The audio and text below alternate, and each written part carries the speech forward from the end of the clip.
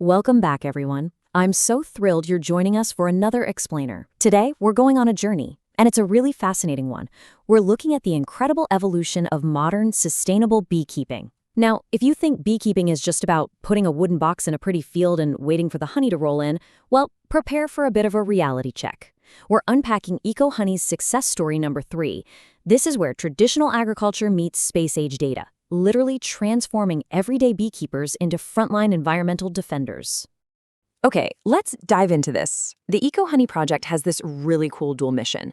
They're helping producers convert to pure organic honey, sure, but they're simultaneously working to boost community awareness about the absolute necessity of protecting bees and their habitats. In this specific story, we're looking at how this initiative has become this incredibly powerful educational bridge right in the heart of Sicily. Honestly, it's about so much more than just honey. It's a literal blueprint for ecological resilience. To truly wrap our heads around this, I need you to look past that idyllic postcard view of farming for a second.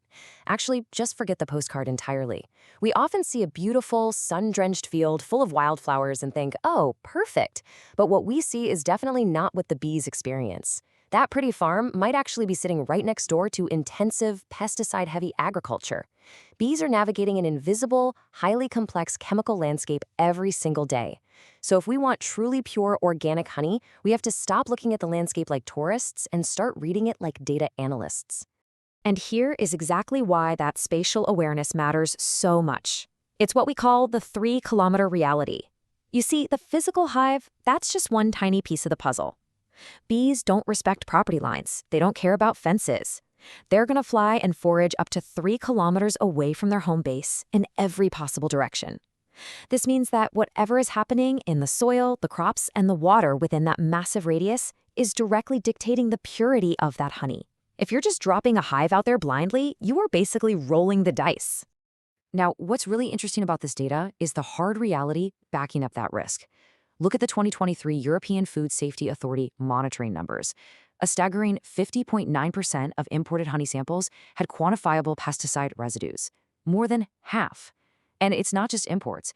Even some domestic and organic products show residues if those hives were placed poorly. It just proves that putting hives in a landscape without understanding the invisible neighborhood around them is a massive and honestly super costly risk. Okay, if 50% contamination shocked you, check out this number. 37. According to that same data, 37 is the maximum number of overlapping pesticides found in a single honey sample. 37 different active substances. In the industry, they call this cocktail contamination. It perfectly highlights that you're rarely just dealing with one stray chemical. Residues overlap, they compound. You could have a pristine little patch of land, but if it's next to the wrong neighbor, your purity is completely compromised. So how in the world do we solve this? Well, the beekeepers in the EcoHoney initiative are quite literally looking to the stars. To guarantee honey safety down on the ground, they're tapping into space-age satellite data from Copernicus, which is essentially Europe's eyes on Earth. Instead of crossing their fingers and hoping for the best, these modern organic beekeepers use this macro-level official EU data to anticipate and map out chemical exposure long before a single bee is ever brought into the field. They pull this off using the Copernicus Coran Land Cover Program, which maps land use across the entire European continent. It's so cool because it shows exactly what type of environment surrounds any given area. Producers can clearly distinguish the safe, natural zones, like untouched woods or low-intensity foothills, from the really high-risk, intensive agricultural blocks. It's just a brilliant application of macro technology to solve a very micro-agricultural problem. And this brilliantly illustrates what happens when you bring that macro view right back down to Earth, straight onto the flight path of a single bee. By dropping that 3-kilometer radius directly over the satellite map, a beekeeper can instantly see reality. Are their bees going to be foraging safely in a forest, or are they about to fly straight into a high-risk industrial crop zone? Having this data upfront paints a completely realistic picture of the local risks. Let's practice reading the landscape together for a second. Look at a mixed mosaic forest zone. That natural, wild diversity naturally dilutes chemical risk. It's safe, but contrast that with a huge monocrop cluster. Think of, endless fields of conventional corn or tightly packed vineyards. That is a total danger zone with a way higher probability of pesticide runoff. EcoHoney is actively teaching farmers how to spot and avoid these continuous blocks of intensive farming. What this all boils down to is that modern beekeepers are fundamentally transforming. They're becoming data analysts out in the field. The EcoHoney project heavily emphasizes data literacy as an absolute core skill. Think about it. Before spending a single dollar placing a new site, today's organic beekeeper has to sit at a computer, pull up EU datasets, and seriously interrogate the geography. It totally shifts the entire profession from guesswork to calculated spatial intelligence. To make this super practical, EcoHoney developed a really clear 3-step workflow. Step 1, you shortlist 2 or 3 potential areas based on basic logistics and, what's flowering. Step 2, you interrogate those specific spots with public EU data. And Step 3, you rank the candidates by structural risk. You only move forward with the sites that mathematically minimize that cocktail exposure we talked about earlier. When you actually operationalize this spatial intelligence, the choices become crystal clear. You might have 3 spots that all look gorgeous to the naked eye, but then you run the data, and suddenly you see Site 1 is safely tucked into a green zone, while Sites 2 and 3 overlap with major agricultural runoff corridors. This decision isn't emotional anymore. It's strictly about calculated risk management to guarantee purity. Which brings us to the core, absolute driving philosophy behind this entire movement. Territory first, the hive comes after. Take a second to let that sink in. The environment completely dictates the quality of the product.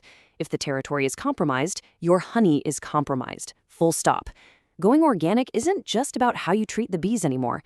It is a highly geostrategic choice. Let's move to the business side and see how this builds massive consumer trust. EcoHoney breaks down sustainability into 3 levels. Level 1 is adopting the baseline standards, like using pesticide-free wax. Level 2 is where it gets interesting, communicating those efforts by actually showing consumers your digital GIS site selection. And Level 3 is developing fully certified models, where you're offering verified honey from a specific satellite-protected area. Because let's face it, in today's saturated market, it isn't enough to just quietly be organic. You have to be chosen. Beekeepers are standing out by building incredibly transparent brands. By communicating this meticulous, data-driven approach, their eco-philosophy directly on the jar, consumers feel that. The story of using space-age satellite data to protect a tiny bee, that is the most unique, compelling asset a farmer has. And the ripple effects of this, they're just immense. Zooming back out to the big picture, the EcoHoney initiative is driving massive socioeconomic and environmental impacts.